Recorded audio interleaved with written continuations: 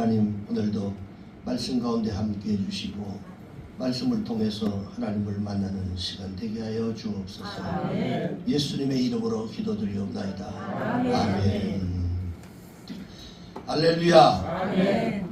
우리 옆에 분하고 인사하십시다. 내 옆에 앉아주셔서 감사합니다. 사랑하고 축복합니다. 할렐루야.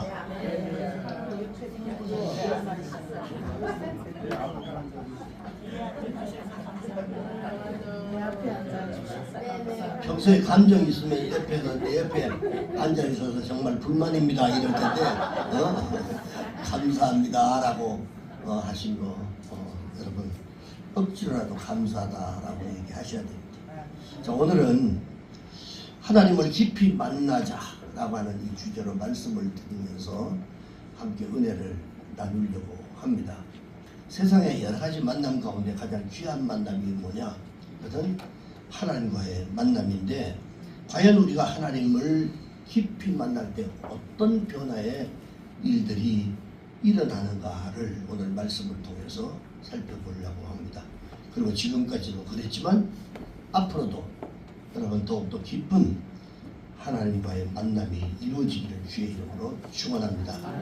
우리가 하나님을 깊이 만나면 어떻게 될까요? 첫째는 인생이 아주 아름답게 변합니다. 오늘 이 본문의 말씀은 예수님의 제자 가운데 요한이라고 하는 이 사도가 기록한 바로 성경입니다. 그런데 그 사도 요한의 별명이 본래는 우레의 아들이라고 하는 이 별명을 가지고 있는 사람이었습니다. 얼마나 성격이 급하고 다혈질인지 우레의 아들, 불같은 사람이다라고 얘기했던 그런 별명이 있었습니다. 그런데 그 사도 요한의 별명이 바뀌었습니다. 뭐라고 바뀌었냐면 사랑의 사도라고 하는 이름으로 바뀌었습니다. 자, 어떻게 이런 일이 가능하게 됐느냐? 그것은 바로 하나님을 깊이 만났기 때문에 바뀐 겁니다. 누구를 통해서? 예수 그리스도를 통해서. 그래서 오늘 이 본문의 1절 말씀에 보니까 태초부터 있는 생명의 말씀, 그 말씀이 누굽니까? 바로 하나님이십니다. 그런데 그 하나님을 들었고 눈으로 보고 또 자세히 보고 또 손으로 만지기까지 했다라고. 그만큼 확실하게 하나님을 만났어요. 실제로 보고 손으로 만지고 그리고 또 눈으로도 실제로 봤고 그렇게 하나님을 깊이 만나고 나니까 이 사람이 바뀌어버린 거예요. 바로 말씀이 육신이 되어 오신 예수 그리스도에 대해서 보고 그리고 듣고 자세히 보고 손으로 만져진 이런 것을 경험하면서 그것을 하나님을 만난 겁니다. 자, 이것이 바로 우리의 아들이 사랑의 사도로 아름답게 변하는 원동력이 됐던 겁니다. 언젠가 제가 한번 소개를 한 것 같습니다만 세계적인 유명한 이 바이올린 연주가 이 프리츠 크라이슬러라고 하는 이 사람이 자기의 자서전에서 이런 이야기를 써놨습니다. 어떤 걸 써놨냐면 이 크라이슬러가 그가 세계적인 유명한 이런 바이올린 연주자입니다. 이 사람이. 그런데 어느 날 한 영국 신사가 아주 귀한 이 스트라디바리우스라고 하는 이 바이올린을 가지고 있다라는 사실, 이 명품 이 바이올린을 가지고 있다는 소리를 들었어요. 이 소문을 듣고 그는 그 영국 신사를 수소문해가지고 간신히 찾아냅니다. 그리고는 그의 집에 가서 그 바이올린을 팔지 않겠느냐고 물었어요. 그러자 그 영국 신사는 이 바이올린은 파는 물건이 아닙니다. 제가 소장하고 있는데 그냥 돌아가라고 이렇게 얘기했어요. 그때 이 클라이슬러가 이 그 말에 그렇게 실망을 했지만 그는 명품이라고 하는 이 명품을 한 번이라도 보고 싶은 마음이 있어서 잠깐 구경이라도 할 수 없겠느냐 라고 하는 이 영국 신사에게 이렇게 질문을 했어요. 그랬더니 그 영국 신사는 이 클라이슬러에 대한 이 명성을 익히 알고 있었습니다. 왜 그것을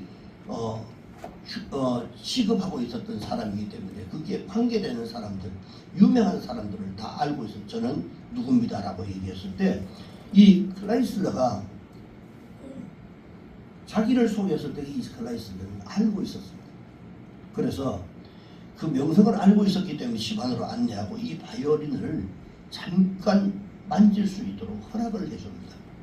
그때 이 클라이슬러는 그 신기한 명품을 집어들고 그리고 자기의 뺨 아래로 그것을 갖다 댑니다.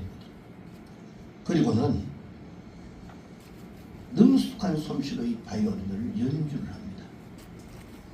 이 클라이슬러가 연주할 때 그 영국 선사는 마치 그 소리가 연주하는 소리가 나뭇가지 사이로 신비한 바람 소리를 듣는 것 같은 느낌을 들었고 그리고 때때로는 어린아이의 웃음소리와 새들의 노래소리와 그리고 천국 성관에서 천사들이 노래하는 것 같은 이러한 소리를 그 바이올린 키는 순간에 듣게 됩니다.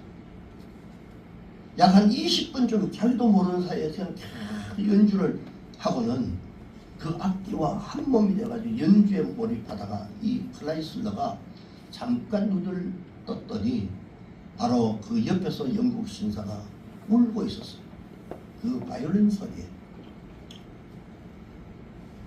그는 곧 연주를 멈추고 죄송합니다.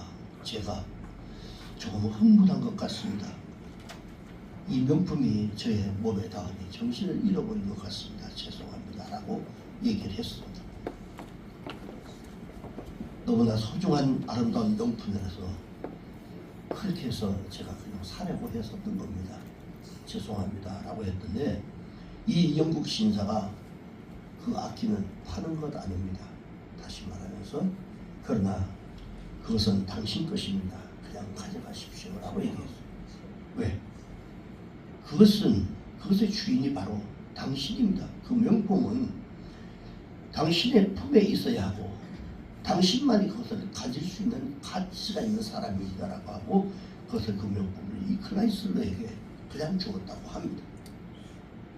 사랑하는 여러분, 너무나 귀한 이 명품이었지만 그 바이올린의 주인은 바로 그 명품답게 연주할 수 있었던 이 클라이슬러에게 주저하지 않고 그 명품을 기증해버린 것입니다. 하나님은 여러분을 이 세계에서 하나밖에 없는 명품으로 그리고 결작품으로 만들어 주셨습니다. 그래서 하나님이 그냥 우리가 그냥 인생이라고 하는 이 진열대에 놓여 있기를 원하지 않으셨어요. 위대한 창조자이신 하나님이 우리가 선율도 없고 향기도 없고 그리고 의미도 없이 살기를 절대로 원하지 않는다는 것입니다. 우리를 창조하신 이 하나님이 우리가 아름다운 선율을 내고 우리 인생 가운데 아름다운 향내를 내고 세상을 아름답게 만들어가고 그리고 우리가 사는 이 세상에 하나님의 선하심과 그리고 인자하심과 아름다우심을 전파하기 위해서 살기를 원하고 계신단 말이죠. 언제 우리가 이런 향내내는 이런 삶을 우리가 살아갈 수 있을까요? 우리가 그렇게 살아가야 되는데 그것은 바로 우리를 창조하시고 이 땅에 보내신 위대한 마스터 즉 하나님을 만나서 그분의 손에 붙들려야 하는 것입니다. 아멘. 그러면 그렇게 살아갈 수 있습니다. 내 인생이 이렇게밖에 안 되는데 내 인생이 앞에 미래도 없고 나는 뭔가 앞에 열릴 만한 아무런 근거가 없다고 생각을 할지 모르지만 하나님이 붙잡으시면 그 인생은 바뀌게 되어 있는 것입니다. 자신이 아무리 많은 기술을 가지고 있고 많은 어떤 달란트를 있어도 하나님이 사용하지 못하게 하면 끝나는 것입니다. 우리가 하나님을 만나고 하나님의 손에 붙들릴 때 비록 우리는 추하고 허물도 많고 그리고 연약한 존재지만 전능하신 하나님은 바로 여러분들을 통해서 하나님의 아름다운 음악을 연주하기를 원하고 계신다.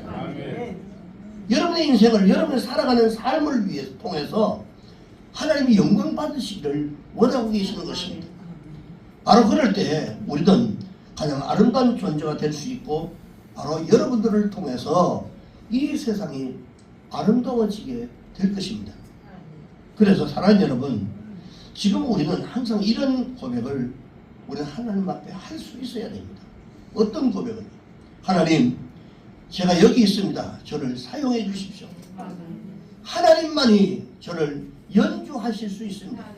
사실은 우리가 하나님만 우리를 바꿀 수 있고 만질 수 있고 연주할 수 있는, 여러분, 우리는 다른 우리 자신도 할 수가 없습니다. 그리고 하나님, 저의 삶이 하나님의 손에 그대로 있기를 원합니다. 하나님께서 제 삶을 통해서 아름다운 연주를 해 주시기를 원합니다라고 이렇게 고백해야 돼요. 그리고 부족하고 연약한 제 안에 하나님의 아름다움을 심어 주시옵소서. 그것은 주님만이 하실 수 있습니다. 이제는 저의 삶이 주님의 손에 의해서 움직이고 항상 하나님의 방법대로, 그리고 하나님의 뜻대로, 하나님의 길대로, 하나님의 사명대로 살기를 원합니다. 주님, 저의 삶을 연주해 주시옵소서. 자, 이렇게 우리가 하나님 앞에 기도하면, 그러면 바로 그때부터 전지전능하신 능력의 손으로 여러분의 인생을 정말 아름답게 고귀하게 연주하실 것입니다. 바꿔가시는 겁니다. 내가 바꾸는 게 아닙니다. 하나님 손에 붙들려야만 우리가 바뀌는 거예요. 복음성가에 여러분, 나를 봐두옵소서라고 하는 찬양이 있는데, 주님, 내가 여기 있사오니 나를 보내소서. 나의 마음, 나의 몸 주께 드리오니 주 받아주시옵소서. 그리고 주님, 내가 여기 있사오니 나를 써주시옵소서. 가진 것 모두 다 주께 드리오니 주 나를 받아주시옵소서. 여러분의 생애를 하나님 앞에 맡기시기를 바랍니다. 여러분이 한번 인생을 여러분의 인생을 하나님이 맡겨주시면 하나님이 여러분들을 바꿔주실 줄로 믿습니다. 한번 맡겨보시기 바랍니다.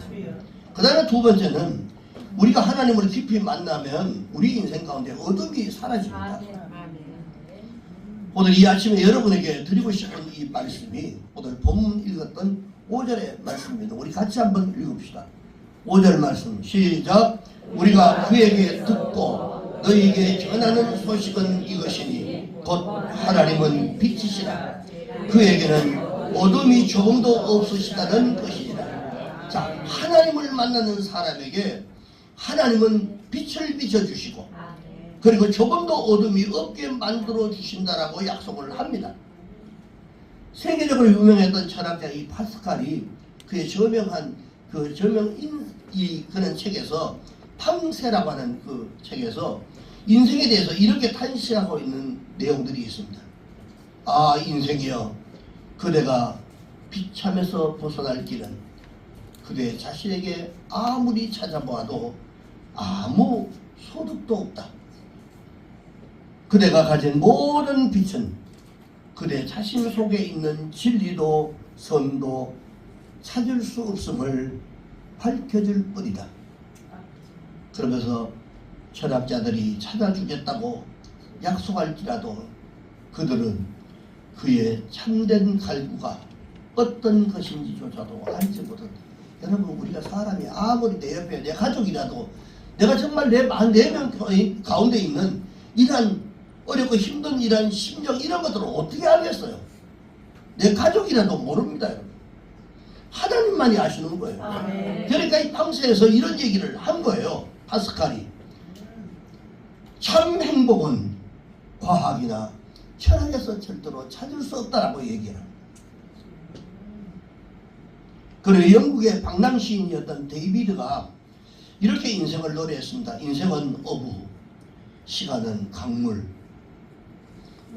인간들이 그곳에서 낚는 것은 한 줌의 연기뿐이라 이랬습니다. 인생은 흘러가는 강물이라고 하는 그 시간 속에서 행복의 고기를 낚아보려고 무진장 애를 쓰지만, 그러나 결국은 낚은 것은 오직 사라지는 연기라는 거예요. 아무것도 없는 거예요. 그 얘기를 하는 겁니다. 인생의 허무함과 어둠을 보여주는 고백인 줄 믿습니다. 그러나 반대로 이런 허무와 어둠에 살았지만 그 가운데서 참 기쁨과 그리고 영원한 행복을 찾은 사람이 있는데, 그 중에 유명한 성 어거스틴은 이런 고백을 합니다. 오 하나님, 하나님은 이 우주에 충만하십니다. 그리고 인간의 마음은 작은 우주인데 이 마음은 하나님이 충만하실 때만이 참 평안을 가질 수가 있습니다. 하나님이 우리 안에 채워질 때만 내가 참 행복이 있단 말이에요. 그리고 유일한 인간은 무한한 하나님을 소유할 때에 진정으로 참되고 그리고 영원한 행복을 소유할 수 있는 것입니다 라고 하는 이러한 고백을 그가 합니다. 여러분, 창세기 1장에 보면 태초에 천지가 창조되기 이전의 우주의 상태를 기록하고 있는데, 이거 어떻게 되냐면 그 한 가지가 바로 흑암이 깊은 위에 있다라고 되어 있습니다. 근데 바로 그 캄캄한 흑암이 하나님의 창조에 의해서, 하나님의 말씀에 의해서 빛으로 변하는 이 모습을 성경은 여러분 증거하고 있습니다. 하나님의 역사가 있는 곳에는, 하나님을 만나는 곳에는 여러분 빛의 밝은 이란 역사가 반드시 있습니다. 우리 인생도 마찬가지입니다. 여러분, 하나님을 만나야 여러분 우리 인생이 빛이 나는 것입니다. 하나님을 만나기 전에 인생은 캄캄하고 어두운 인생이었지만, 그래서 길을 가다가 여러분 이런 걸려서 넘어지고 깨어지고 때로는 부서지기도 하고 인생이 망가지지만, 빛 대신 예수님께로 우리가 진정으로 돌아오면 하나님께서 밝은 인생으로 다시 재창조해 주신단 말입니다. 여러분, 진실로 우리가 어차피 예수 믿기 때문에 진실된 마음으로 예수를 믿고 우리의 인생이 여러분 바뀌었다는 이 간증 정도는 우리가 가지고 살아야 되지 않겠어요? 예수를 그렇게 많이 믿었으면서 인생이 바뀐 게 없다면 우리가 한 번 더 돌아봐야죠. 진지하게 하나님이 약속해 주셨기 때문에 네가 나를 만나면, 그리고 나와 함께하면 내가 너는 나와 더불어 먹고 나는 너와 더불어 먹겠다 약속해 주셨단 말이에요. 예수를 믿었으면 여러분 인생이 한번 바뀌었다는 이 간증은, 나는 예수 때문에, 하나님 때문에 내가 인생이 바뀌었다라고 하는 이런 여러분 고백 정도는 우리가 할 수 있어야 되지 않겠어요? 하나님을 만난 사람은요 밝은 빛이 비추는 사람이 됩니다. 그리고 하나님께서 함께 하시는 그 기업은 밝은 빛이 비추는 기업이 되는 것입니다. 최선을 다해서 하나님을 만나기 위해서 이 성전에 나오신 바로 여러분을 하나님께서 밝고 빛나는 인생으로 반드시 만들어 주실 줄로 믿습니다. 그 다음에 마지막 세 번째로 하나님을 깊이 만난 사람의 인생 가운데는 사랑의 흔적을 남깁니다. 특별히 하나님과 깊은 만남을 가진 이 사람일수록 더욱더 깊은 사랑의 흔적을 남기는 인생으로 살아가게 되는데, 오늘 참 이게 제가 오늘 어떤 예화를 이렇게 보여줌을 받다가 너무 감동적인 예화라서 제가 컴퓨터에 저장을 해놨다가 오늘 소개를 합니다. 선한 마음은 절대로 사라지지 않는다라고 하는 타이틀인데, 독일 민헨에 이런 외곽의 작은 마을, 겨울이면 하얀 물이 소복 사이는 이런, 그리고 새벽이면 빵 굽는 냄새가 마을 전체를 덮는 이런 작은 마을이 있었습니다. 그 마을에 한스라고 하는 이 청년이 살고 있었는데, 이 한스는 어려서 그 아버지를 잃어버립니다. 그리고는 홀 어머니를 통해서 자기가 살아가고 있었는데, 이 어머니는 세탁을 하는 일을 하면서 아들을 키웠지만 생활이 너무너무 힘들었어요. 어린 한스가 종종 배고픔을 참으면서 의지할 것은 하나님밖에 없어서 하나님 앞에 기도하고, 그리고는 울다가 잠들어야 했어요. 이 가난한 한스는 하나님 외에는 다른 소망이 없었어요. 하나님한테만 기도했어요. 어느 날 밤 이 어머니가 식탁 위에 마지막 빵 한 조각을, 마지막이라고 하는 거예요. 마지막 빵 한 조각을 남겨놨어. 올려놓고 엄마는 괜찮니, 네가 먹어라. 하지만 한스는 어머니가 이런 얘기를 하는 말이 무슨 말인지 알고 있었다. 어머니도 하루 종일 아무것도 먹지 못했다는 것을 이 한스가 알고 있었어. 그날 밤 그가 마음속으로 다짐을 합니다. 내가 어른이 되면 절대로 굶는 사람을 절대로 내가 외면하지 않겠다 라고 하는 이 결심을 하게 됩니다. 세월이 흘러가지고 20살이 된 이 한스가 작은 빵집에서 일을 하게 됩니다. 새벽 4시가 되면 일어나서 반죽을 하고 오븐에 불을 지피고 그리고 하루 종일 밀가루 먼지를 뒤집어 쓰면서 일을 했습니다. 월급은 많지 않았지만 너무너무 하나님 앞에 감사했어요. 일할 수 있었다. 그리고 적어도 배는 고프지 않았기 때문에 그것이 너무 감사했어요. 그해 겨울에 유난히도 추웠는데 눈보라가 몰아치던 어느 날 한스가 가게문 앞에서 떨고 있는 어린 소녀를 발견을 합니다. 10살쯤 되어 보이는 이 아이였는데 얇은 외투는 헤어져 있고 그리고 신발은 다 젖어 있었습니다. 아이는 빵 친절 때를 이렇게 바라보고만 있었다. 그런데 들어오지를 못했다. 이 한스가 밖으로 나갔습니다. 무슨 일이니? 소녀는 고개를 숙였습니다. 아무것도 아니에요. 그러면서 이 아이의 배에서 쪼르륵 소리가 나요. 배가 고파서 못 먹었던 소리가 나요. 한스가 따뜻한 빵 2개 하고 그리고 빵을 금방 구워낸 빵 2개 하고 우유를 한 잔을 해가지고 이 아이에게 먹으라고 줬습니다. 아이 깜짝 놀랐습니다. 나 돈이 없어요. 괜찮아. 정말로요? 그래. 오늘은 내가 사는 거예요. 그냥 주는 게 아니고 내가 산 거예요. 그리고는 줬어요. 그 순간 아이의 눈을 보니까 눈물이 뚝뚝 떨어졌습니다. 이 아이가 며칠째 제대로 먹지를 못했습니다. 아버지는 공장에서 해고되고 어머니는 병원에서 입원을 해 있었고 먹을 것이 거의 없는 그런 상태에 있었던 아이였습니다.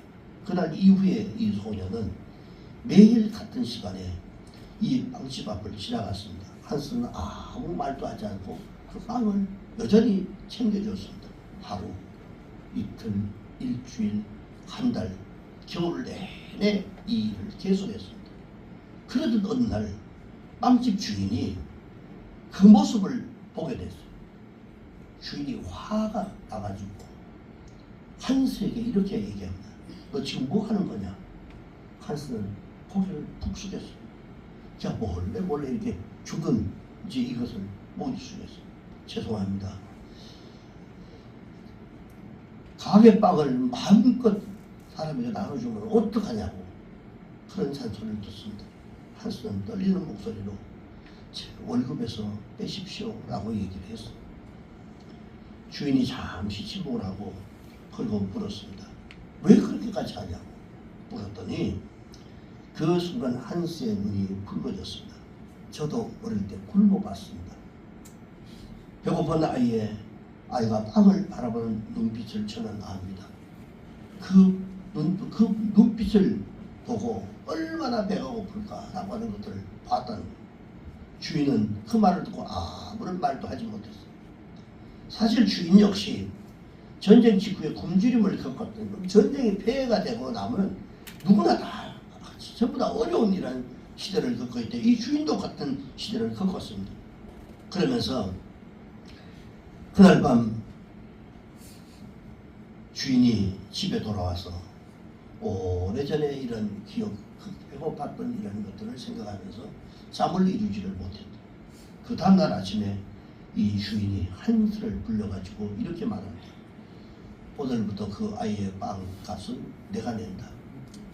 그렇게 해서 한스는 그 말을 듣고 너무너무 눈시울이 붉어졌습니다. 세월은 빠르게 흘렀습니다. 소녀는 점점점 그 빵을 통해서 건강도 찾고 그리고 학교도 다시 다니기 시작했고 그 가족들도 조금씩 이 안정을 찾아갔습니다. 그러나 한스는 여전히 작은 빵집의 직원으로 그대로 있었습니다. 그러던 어느 날 이 빵집 주인이 심장병으로 쓰러집니다. 그러면서 병원에 입원한 이 주인은 한스를 불렀습니다. 한스, 예, 내가 평생 장사를 하며 깨달은 것이 있다. 무엇입니까? 물었더니 빵은 밀가루로 만드는 것이 아니야. 그러면서 한스가 아니 그게 무슨 말이냐 의아해서 다시 물어봤더니 주인이 눈물을 글썽이면서 이런 말을 합니다. 사람의 마음으로 빵을 만드는 것이다. 이렇게 얘기를 했어요. 며칠 뒤에 그 주인이 세상을 떠났습니다. 그리고 놀라운 일이 일어났어요. 유언장이 공개가 됐는데 주인이 평생 운영하던 이 빵집을 가족이 아니라 바로 한스에게 물려줍니다. 그리고 사람들은 놀랐습니다. 변호사가 그 이유를 쭉 이제 읽어줍니다. 그래서 거기에 가장 착한 사람에게 이 가게를 맡긴다 라고 하는 이런 글귀를 써놨어요. 그리고 한스가 한참 동안 그것을 듣고 울었습니다. 그날 밤 텅 빈 이란 빵집에 혼자 남아서 오랫동안 하나님 앞에 기도했습니다. 하나님, 제가 이 은혜를 어떻게 갚아야 할까요? 하나님이 깊이 기도할 때 하나님이 그를 만나주시오. 만나면서 하나님이 한스가 할 일을 알려줍니다. 그는 그 하나님께서 알려준 그 결심대로 매일 남은 빵을 어려운 사람들에게 나누어 주기로, 그리고 가게 한쪽에 작은 상자를 만들어 놓습니다. 가게 한쪽에다가 상자를 넣고 그리고 거기에다가 빵을 차곡차곡 쌓는데, 그때 처음에는 사람들이 이거를 믿질 않았대. 그러나 그 사람들이 사실이었습니다. 노숙자도 실직자도 배고픈 학생도 누구나 빵을 가져갈 수 있었어요. 소문은 독일 전역으로 퍼져나갔고 신문이 취재를 하러 왔습니다. 방송국도 찾아왔습니다. 사람들이 감동했습니다. 손님들이 몰려들기 시작했습니다. 그러면서 그들이 빵을 사러 온 것이 아니라 우리는 이 빵집에서 빵을 사는 것이 아닙니다. 선한 마음을 사는 겁니다. 그러니까 빵을 사는 것이 아니라 돈 주고 사지만 선한 마음을 그냥 산다고, 그렇게 이구동성으로 다 그렇게 얘기를 했어요. 10년 뒤에 작은 빵집이 이 독일 전역에 수백 개의 매장을 가지는 기업으로 성장을 합니다. 한스가 큰 부자가 됐습니다. 그러나 여전히 새벽 4시면 일어나서 가장 먼저 매장에 나가가지고 똑같은 오븐에 불을 지피고 밀가루를 반죽하고 똑같은 일을 했어요. 그리고 가난한 사람들을 위한 무료빵 이 코너를 여전히 없애지 않고 그대로 놔뒀습니다. 어느 날 한 중년 여성이 찾아왔습니다. 곁에는 어린 딸이 있었습니다. 여인이 한스를 보자마자 눈물을 흘렸습니다. 저를 기억하시나요? 한스가 알아보지 못했습니다. 그러자 여인이 말했습니다. 눈 내리던 겨울철 날 빵 2개와 우유를 주신 아이 기억하십니까? 라고 얘기를 하니까 바로 그때 그 소녀였습니다. 그녀 역시 훌륭한 의사가 되었습니다. 그리고 그녀는 눈물을 닦으면서 이렇게 말했어요. 그때 그 빵이 없었다면 저는 살아남지 못했을 것입니다. 저는 선생님처럼 살고 싶어서 의사가 되었습니다. 그러면서 그리고 그는 가난한 아이들을 위한 무료 진료소를 운영하고 있었던 것입니다. 한스의 눈에도 눈물이 흘렸어요. 그는 조용히 이런 말을 합니다. 나는 빵 몇 개를 준 것밖에 없는데 라고 하는 혼자서 되뇌이고 있어요. 이 여인이 고개를 저으면서 아닙니다. 선생님은 빵이 아니라 희망을 주셨습니다. 그날 두 사람이 오랫동안 같이 울었습니다. 그리고 한스는 다시 한번 깨닫게 됩니다. 사람을 살리는 것은 거창한 것이 아니라고 하는 이것을 알았어. 빵 한 조각, 따뜻한 말 한마디, 작은 친절 하나, 그것이 한 사람의 인생을 바꾸고, 그리고 그 인생이 다시 세상을 바꾸는 것을 오늘도 그의 빵집 입구에는 같은 문장이 적혀있는데, 빵집 입구에 뭐라고 써있나요? 배고픈 사람은 그냥 지나가지 마세요 라고 써놨습니다. 그리고 그 문장 아래 이런 글이 써있습니다. 선한 마음은 절대로 사라지지 않습니다. 우리는 하나님을 만난 그리스도인입니다. 오늘 여러분 이 시간에 하나님을 진심으로 여러분 만나시기 바랍니다.